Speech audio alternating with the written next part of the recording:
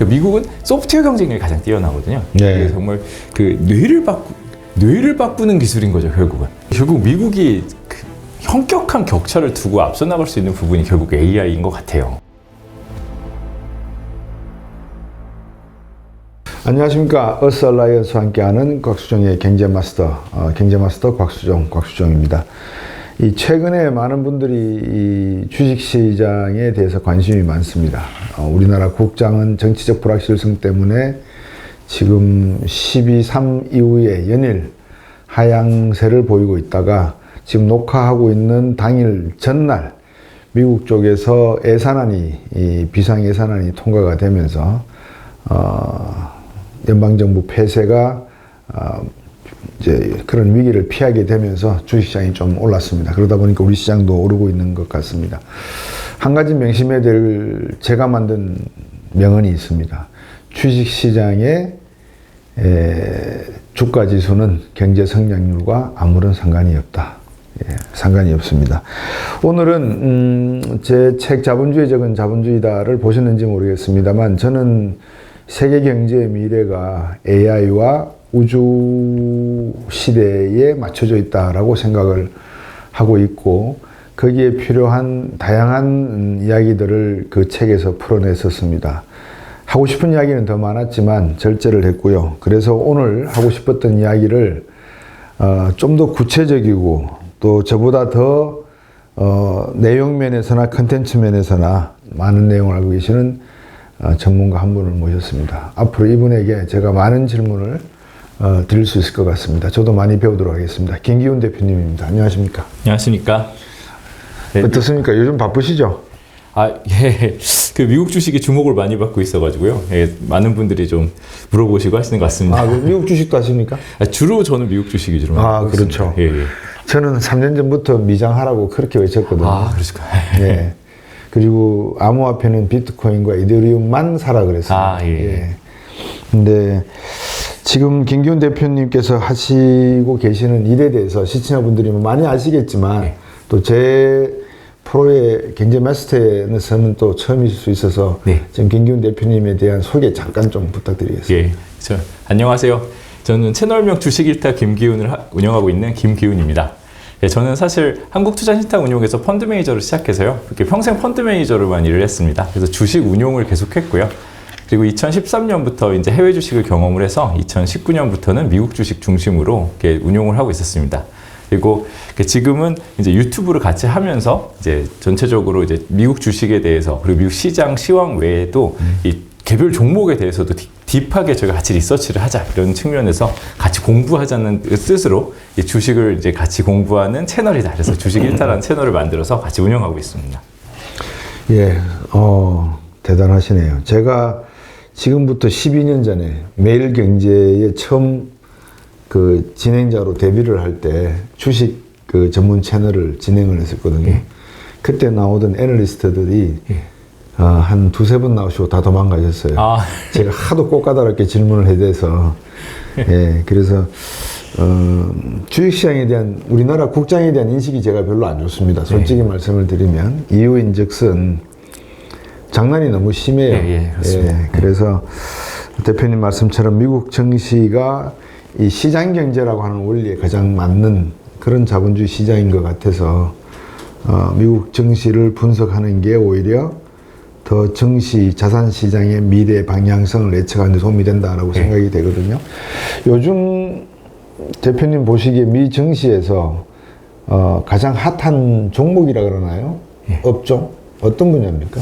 저희는 이제 지금은 AI 소프트웨어인 것 같아요. AI 소프트웨어? AI 소프트웨어. 그 AI 하드웨어를 저희가 상반기까지 좀 좋게 봤었는데 반도체죠. 우리나라도 연관성이 좀 있었고 그런데 하반기 AI 소프트웨어로 넘어가면서 인프라 투자가 된 이후에는 소프트웨어가 실제로 수익을 많이 장기간 동안 많이 내잖아요. 근데 그 스테이지로 넘어간 것 같고 근데 그러면서 우리나라는 약간 좀 그게 좀 부족합니다. 그래서 약간은 디커플링이 더 심해진 것 같고요. 그리고 AI 소프트웨어는 이제 많이 알려줘서 잘 아실 거예요. 뭐 주로 대표주 뭐 팔란티어 이런 회사도 있고요. 그리고 뭐 원래 원래 소프트웨어를 잘하던 뭐 서비스나우나 오라클이나 뭐 이런 회사들도 다 수혜를, 구글이나 이런 회사 다 수혜를 받고 있습니다.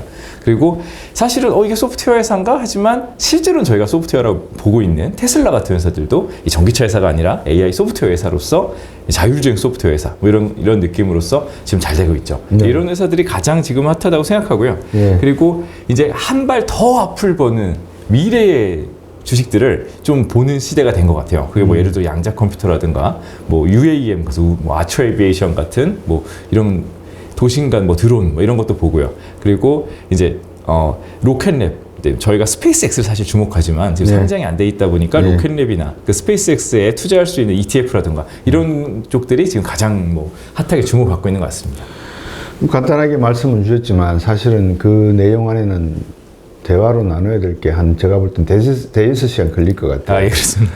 그러니까 이제 우리 시청자분들은, 우리나라 분들은, 우리나라 투자자분들은, 그리고 지금 이 김기현 대표님의 말씀을 길을 쫑긋 세우고 계실 분들은 빨리 어떤 종목을 찍어줄 거야 하고 이제 종목을 귀 기울이시는 분이 계실 건데 저는 절대 종목부터 하지 않습니다. 그래서 예. 기초부터 제가 더 여쭤볼 거기 때문에 한번 도움을 주셨으면 합니다. AI 산업이 우리나라에 처음 알려지게 된 건 2016년 알파고가 들어오면서부터였습니다.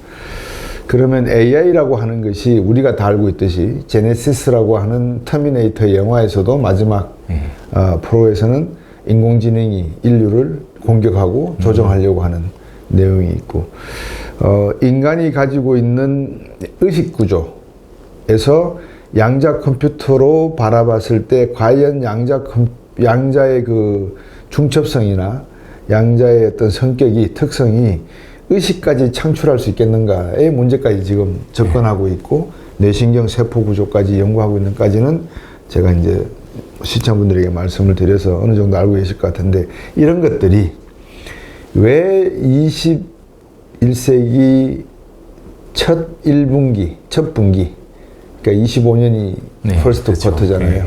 지나가는 시점에 부각이 되기 시작한 건지 이게 음모론적으로도 볼 수도 있고 아니면 산업의 발전 속도에 따라서 이거는 자연스럽게 AI로 연결되는 게 맞다. 그러면 보통 우리는 그러거든요. AI로 가려면 거기에 필요한 6G라든지 웹 3.0이라든지 다양한 인프라가 먼저 구체화되고 그거를 바탕으로 해서 SMR이라든지 지원 세력이 또 나와가지고 미래의 산업 구조를 병행시킬 수 있는 내용이 된다라고 하는데 그래서 대표님께서 AI라는 무엇이고 양자 컴퓨팅이란 무엇이고 왜 인류가 이거를 추구하려고 하는 건지 그 니즈에 대해서 한번 설명을 딱 주시면 90년도 우리가 퍼스널 컴퓨터 시대가 갑자기 시작이 돼버렸잖아요. 네, 그렇죠. 그러다가 한 5년 있다가 셀러폰이 나오기 시작했거든요.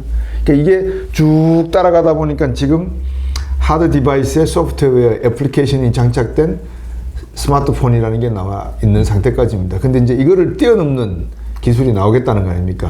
이게 미국이나 이런 데서는 가능하다고 봐요. 아까 말씀드린 인프라가 깔려 있으니까. 근데 대한민국에서는 좀 불가능, 일본은 더더욱 불가능하고요. 이게 왜 지금 미국이 이러고 있는 건지 그게 제가 좀 궁금해서 여쭤봅니다. 결국 미국이 현격한 격차를 두고 앞서 나갈 수 있는 부분이 결국 AI인 것 같아요. 뭐 국방을 예를 든다. 그래도 국방에서 뭐 양적인 투자, 무슨 중국이 뭐 배를 몇 대 만들고 이런 걸로 미국이 뭐 제조 경쟁력으로 가면은 사실 뭐 옛날같이 현격한 차이를 벌일 수는 없잖아요. 근데 뭐 지금 국방도 예를 들어 국방을 얘기했으면 국방을 AI로 대체하면 이제 미국이 우리가 이미 원탑이지만 여기서 현격한 차이를 벌여서 예전에 다 냉전 같은 시대로 돌아가지 않을 수 있다 이런 거를 뭐 팔란티어 안두리 이런 데서 얘기하고 있어요. 그러니까 이거는 미국은 소프트웨어 경쟁력이 가장 뛰어나거든요. 정말 뇌를 바꾸는 기술인 거죠, 결국은. 이게 사람이 생각하는 게 아니라 이제 인공지능이 생각해서 판단해서 결과까지 가서 어디를 어떻게 공격하고 할지까지 다 결정을 하면 이것은 뭐 몇 대, 1000대를 만들고 100대를 만들고 몇 톤을 만들고 뭐 이런 거의 경쟁을 완전히 넘어서서 미국이 압도적이게 이길 수 있는 거예요. 그리고 이 소프트웨어야말로 못 따라갑니다.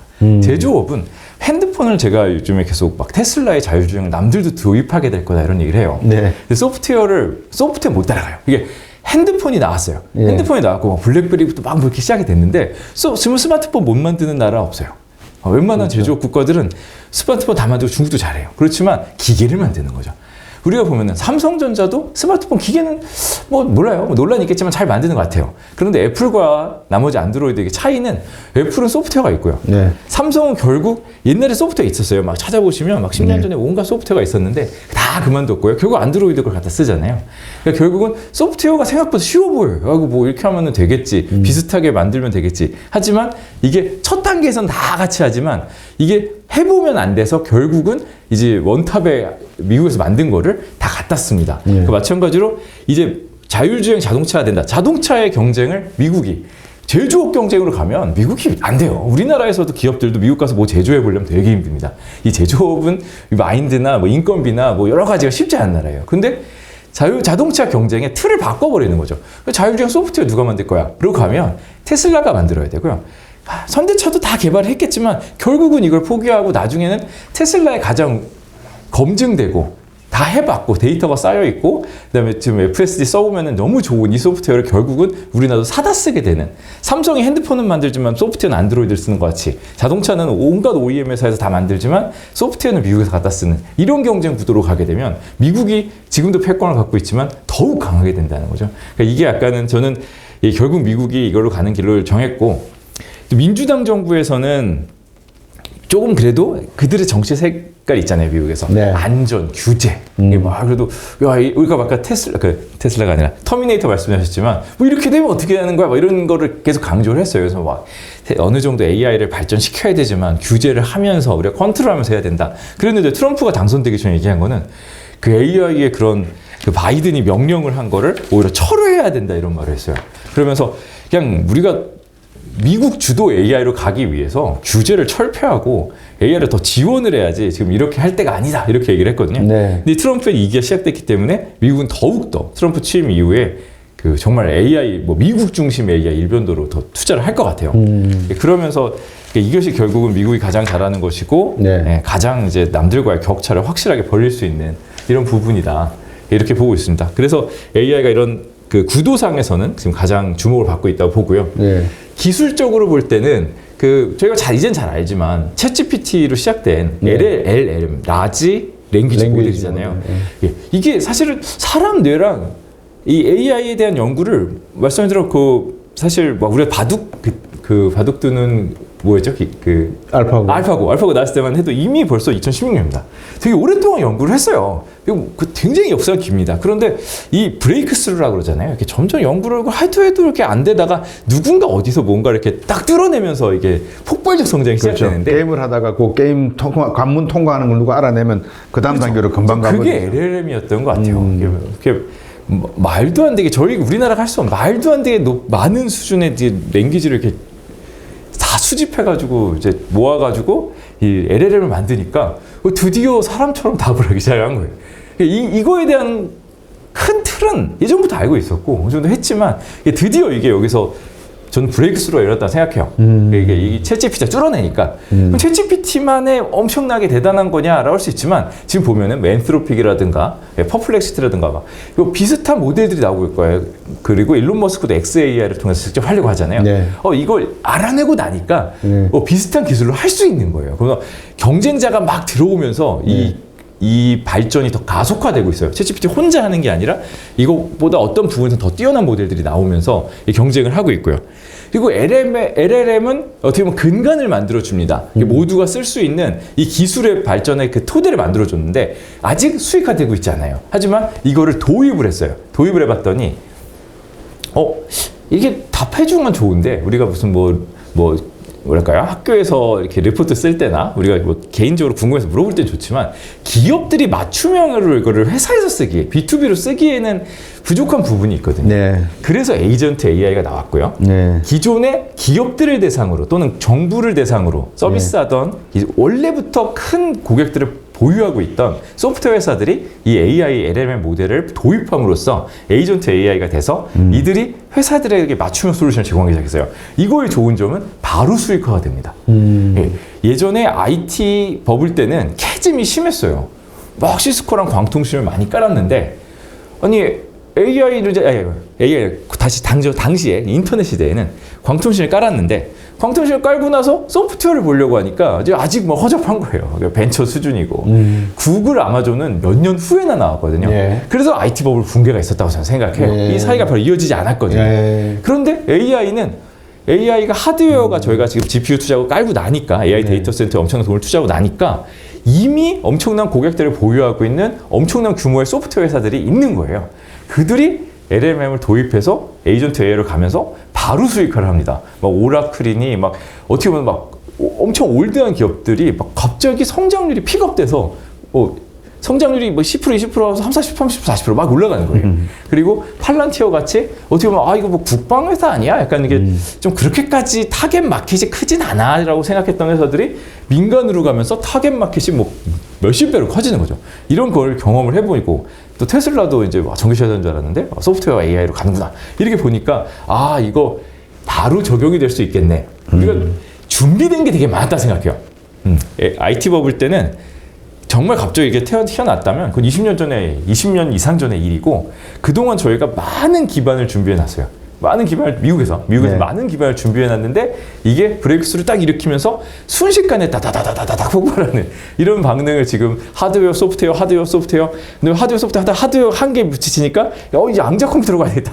여기까지 이어지는 이 많은 준비된 것들이 한 번에 폭발되는 게 말씀하신 이번 100년의 첫 4분의 1의 마지막쯤에 폭발하기 시작했다. 하지만 그것은 그 20몇 년 이상 준비가 됐기 때문에 2000년부터 준비가 된 것들이 다 이제 된 거지 뭐 갑자기 1년 만에 된 것이 아니다. 이렇게 저는 말씀드리고 있습니다.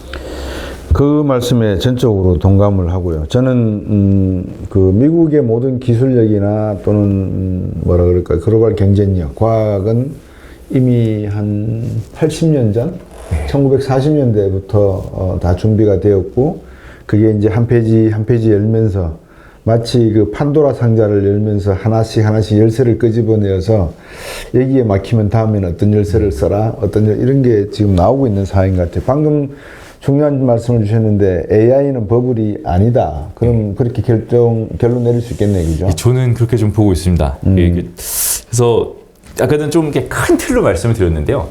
좀 구체적으로도 좀 볼 수 있을 것 같아요. 이게 네.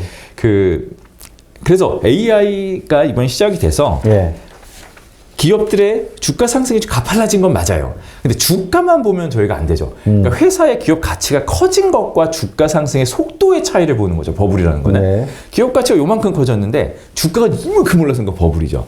그런데 올해에 이 기업들의 성장을 보면 우리가 빅테크 10개 정도를 제가 보는데요. 뭐 애플, 엔비디아, 마이크로소프트, 구글, 아마존, 메타, 테슬라, 브로드컴, TSMC가 시총 순입니다. 저희가 이렇게 봤을 때 이 기업들은 1조 달러가 넘는 엄청나게 큰 기업들이에요. 이게 사실 제가 얼핏 생각해도 크면 성장이 쉽진 않아요. 그렇죠. 그렇죠. 요만한 기업을 요만하게 만드는 건 쉽지만 뭐 이미 이만큼 차지하고 있는 기업을 추가 성장시키기는 어려워요. 만약 AI가 없었다면 이 회사들은 이미 미국의 시장 점유율 측면에서 다 점유하고 있기 때문에 그렇게 빨리 성장을 못했을 거예요. 근데 이들의 제가 이 표를 한번 보여드릴 텐데요. 이 표를 보여드리면 뭐 EPS 성장률이 뭐 10몇 %에서 20%였다가 올해 성장률은 막 30, 40, 아마존 70, 뭐 엔비디아 128 이렇게 찍혔습니다. 이거는 새로운 게 나왔기 때문이에요. AI가 나왔기 때문에 클라우드를 쓰던 회사들은 AI 클라우드를 또 도입을 해야 되고요. 뭐 없던 에이전트 AI를 써야 되고요. 뭐 이러면서 이 회사들이 더 성장을 하게 된 거고 하드웨어도 더 투자해야 돼. 옛날보다 더 빠른 속도로. 브로드컴 진짜 오래된 회사예요. 브로드컴 모르는 사람 없잖아요. 언제적 회사입니까? 그리고 언제적 회사. TSMC 뭐 이런 회사들이 여기서 신규 주문이 들어오면서 에이직 반도체 이런 게 들어오면서 갑자기 성장률이 특히 올해 하반기에 막 픽업하기 시작을 했거든요. 그러니까 이렇기 때문에 성장한 거고 이들의 성장률을 보면 올해에 YTD 주가 오른 거랑 비교해보면 그렇게 과도하게 주가가 오르지 않았습니다. 저희가 과도하게 오른 것 같다 하고 보는 회사가 그럼 본다면 뭐 테슬라 정도 있을 것 같아요. 왜냐면 테슬라는 이익이 안 늘었잖아요. 브로드컴 또 좀 많이 올랐어요. 올해 100% 올랐으니까. 사실 다른 회사들은 구글이나 뭐 마이크로소프트는 16% 올랐고요. 구글은 30%대, 아마존 40%.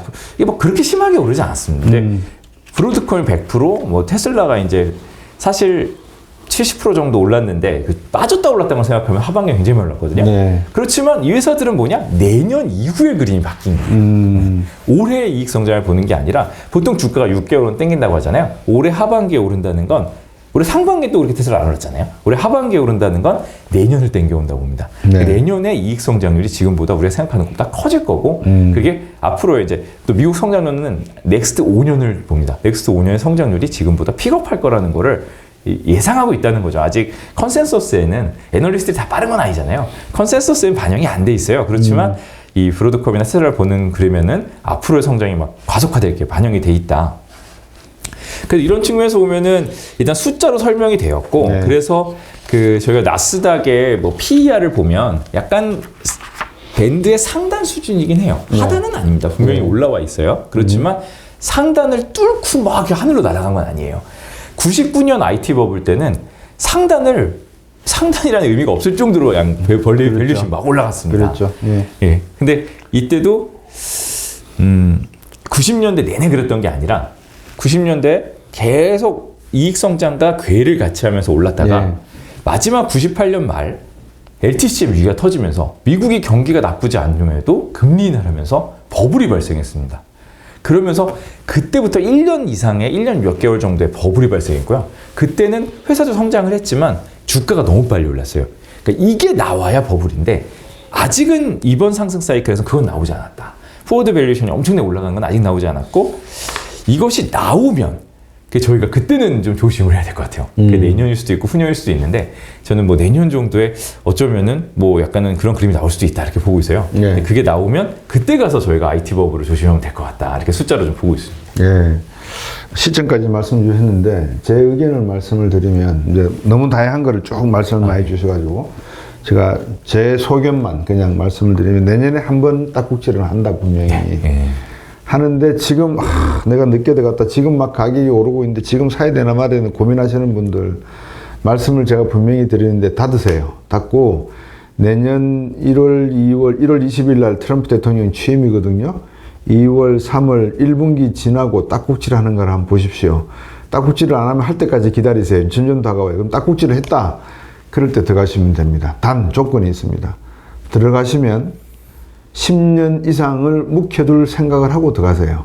그거 자꾸 넣었다 뺐다 하시면 큰 도움 안 되십니다. 왜냐하면 방금 김 대표님도 말씀하셨지만 미국의 가치주나 성장주라는 게 폭발을 한번 해버리면 우주로 날아가는 로켓 1단, 2단 부스터를 끼고 올라가 버리기 때문에 그거를 단기에 매매를 해버리면 나중에 엄청난 후회를 하시게 됩니다. 제가 지난번에 그 자본주의 적은 자본주의다 책에 381쪽에 나와 있는 거 애플, 구글, 아마존 처음 IPO 했을 때 만약에 $10,000를 투자해서 샀다면 지금은 가치가 얼마일까 계산을 해봤더니만 구글은 $54만 2020년에 했으니까 2000년에 했으니까요.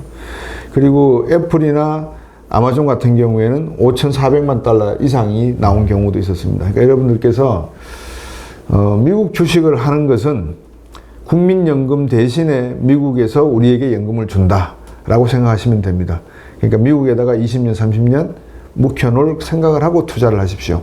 절대 일찍 빼실 필요 없다는 걸 제가 강조해드리고 싶어요. 제 말이 어느 정도 맞습니까? 예. 저도 사실 그렇게까지 엄청나게 오른지는 몰랐네요. 그렇죠. 예. 저도 계산을 해보니까 만약에 $10,000를 샀을 때, 투자를 했을 때 한 21불짜리가 한 400주 정도 되는데, 470주 정도 되는데, 이게 유상증자, 무상증자, 배당금 다 받아가지고 계속 한 40년, 30년 묵혀놓으니까 $5,500만 정도 나오더라고요.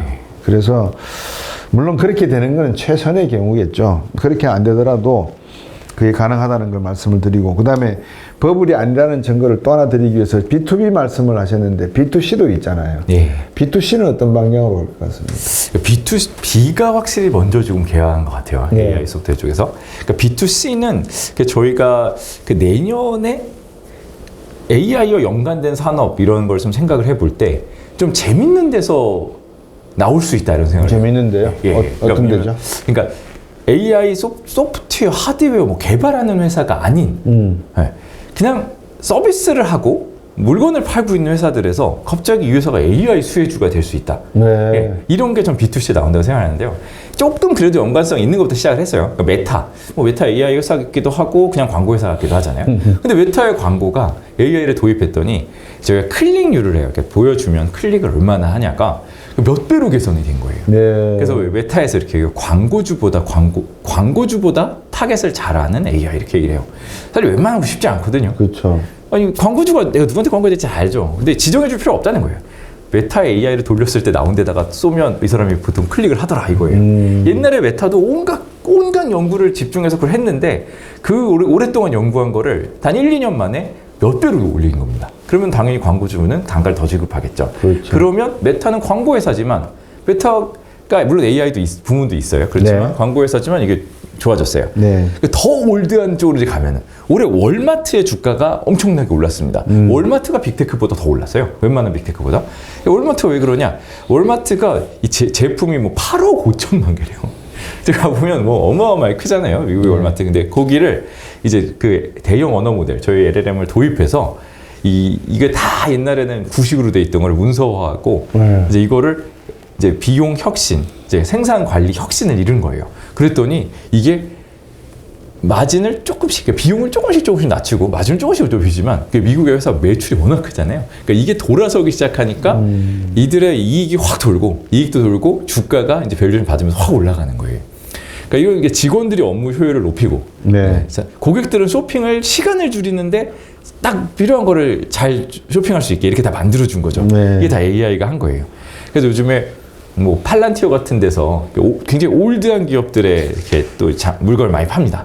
팔란티어가 최신 기업이다 보니까 뭐 데이터 기업에 이렇게 뭐 매출할 것 같지만 팔란티어가 AIP라고 행사를 해요. 네. 자기들이 막 고객들을 와서 고객들이 간증을 하듯이 이렇게 막 증언을 하는데 거기에 보시면 뭐 철도 회사, 자동차 부품 회사, 얘네 일본 고마츠 이게 채굴을 하는 회사 이거 완전 부산업 같잖아요. 네. 그래서 나와서 우리 회사가 이걸 도입했더니 회사가 완전 달라졌다. 네.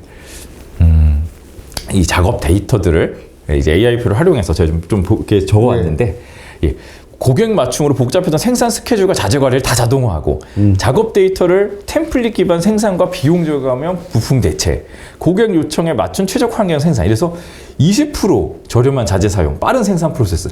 이 회사들은 수십 년에 걸쳐 자기 회사를 스스로에 맞춰서 최적화해왔기 때문에 더 이상 그렇게 비용을 막 절감할 게 없을 줄 알았는데 팔란티어를 도입하니까 엄청나게 비용이 추가로 절감되는 거예요. 그러니까 이렇기 때문에 이제 AI 도입을 통해서 이게 B2C 회사들도 우리가 어디에 서비스를 하는 회사들도 다 효율화를 이룰 거기 때문에 저는 내년에는 뭐 생각지 않은 부분에서 AI 수혜주가 막 나올 거라고 생각합니다. 요즘 제가 이제 커피빈이나 이런 데 가서 이제 커피를 마시고 또 레스토랑에 가서 주문하면 전부 다 저기 노트패드라 그러나요? 거기에다가 주문을 하셔야 되잖아요. 예. 근데 왜 커피값은 안 내리고 음식값은 안 내리는지 모르겠어요. 인건비는 줄였을 거 아닙니까? 예. 그죠? 예. 근데 물가가 올랐다는 건 제가 인정을 한단 말이죠. 네. 그러면 그렇게 함으로써 사람 고용자 수는 많이 줄었잖아요. 네. 그런데 그거는 왜 반영이 안 됐죠? 셀프 주유소는 다른 일반 주유소보다 적어도 100원에서 10원 정도는 싸잖아요. 예, 그렇죠. 근데 왜, 그래서 이제 그런 질문을 하는 거죠. 이제 우스갯소리입니다만, 많은 분들이 AI라 그러면은 이제 대충은 아세요. 이게, 그리고 또 어떻게 현실 세계에 들어올지에 대해서도 대강한 접목을 하고 계시고, 그런데 이렇게 말씀드리면 이해가 되실지 모르겠어요. 월마트가 아마존과 경쟁사라는 개념이 이해가 되실지는 모르겠습니다. 많은 사람들이 월마트나 K마트나 타겟은 그냥 디스카운트 스토어로 미국 가면은 매점 퍼실리티, 매점이 있으면서 거기 가서 구매를 하는데 아마존은 매점이 없잖아요. 그냥 온라인 주문해가지고 물건 받는 거 아니겠어요. 근데 그게 전자 다단계예요. 쉽게 말하면. 우리가 다단계 그러면 많이 거부감을 느끼시지만 아메이나 이런 다단계 업체들은 직접 페이스 투 페이스 1대1로 생산자와 소비자가 바로 그냥 붙어버리잖아요. 그러니까 앞으로 전자 다단계 세상이 아마존이나 월마트 같은 곳에서 현실화될 가능성이 있고, 그렇다 그러면 거기서 세이브가 되는 비용, 이게 이제 소비자한테 수혜로 가야 되고 기업들에게는 이익으로 돌아가야 되거든요. 어떻게 그렇게 되느냐? 아예 박리담회라는 게 있잖아요. 예. 싼 가격으로 많이 팔게 되면 수익 남는 기업들도 생기고 수혜보는 국민들 생긴다. 보셨는지 모르겠는데 맥킨지가 예. 저한테 이제 매일 편지를 이메일을 보내주거든요. 맥킨지가 매일 5개에서 3개 정도의 보고서를 보내는데 예. 95%가 AI에 관련된 겁니다. 아, 그래요? 예. 그 중에서 제가 재밌게 읽었던 것 중에 하나가 지금 미국은 이제 AI를 전 사원에게 회사 내의 컴퓨터에 깔기 시작을 했는데 1인당 비용이 2,000에서 3,000달러 든다 그러더라고요. 네. 그래서 저걸 초기에 저렇게 서둘 필요가 있는가 싶은 생각도 들지만 아까 말씀하신 대로 미리 데이터베이스를 구축해 놓는 것이 나중에는 경쟁력에 큰 도움이 될 부분이 이 부분이 아닌가 하는 생각이 들거든요. 예. 뭐 팔란티어 또 얘기를 들었는데 소프트웨어를 이렇게 이런 막 얘기를 많이 하더라고요. 이렇게 어떤 경쟁 회사가 누가 이렇게 소프트웨어를 말씀하신 대로 돈을 많이 들어서 깔아주고요. B 회사는 예를 들어 이렇게 안 깔았어요. 그러면 이 회사의 직원이 항의를 한대요, 요즘에. 아니 이거 쓰면 얼마나 편한데 저 옆에 회사 다 친구 있을 거잖아요. 옆에 회사는 이거 처리하는 게 속도가 엄청 빨라 뭔가 자기 일을 편하게 하게 되는 거잖아요. 그러니까 그런 거를 오히려 직원들이 요즘에 요청을 한대요. 그리고 이 회사로 들어가고 싶어 한다 그러더라고요. 편하게 일할 수 있고 여기서 A에서 여기까지 다 돼서 딱 자기 보여주잖아요.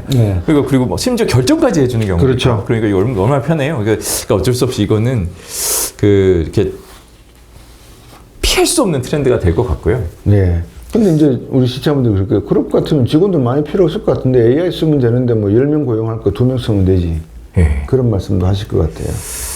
그렇죠. 그거는 이제 저희처럼 막 기술이나 주식을 보는 분들의 영역을 넘어서 이제 뭐 고용과 이런 걸로 가면 이거는 되게 어려운 문제인 것 같아요. 그건 제가 이게 정치는 아니어서 잘 그거는 제가 어렵습니다. 조금 도움을 더 드리면 제가 베이비 부모 1세대거든요. 53년부터 63년까지가 베이비 부모 1세대. 미국 같은 경우는 2차 세계대전 이후부터 10년 동안이 베이비 부모 1세대. 그러니까 45년부터 55년 이렇게 보시면 되는데 베이비 부모 1세대, 베이비 부모 2세대 이제 이렇게 나누는데 쟤들 때 1년에 몇 명 정도 태어난지 혹시 추정해 보시겠어요? 우리나라예요? 예, 우리나라에. 지금 김기훈 대표가 몇 년생이시죠? 저 83년이요. 83년생이죠. 그러면은 X세대시나요?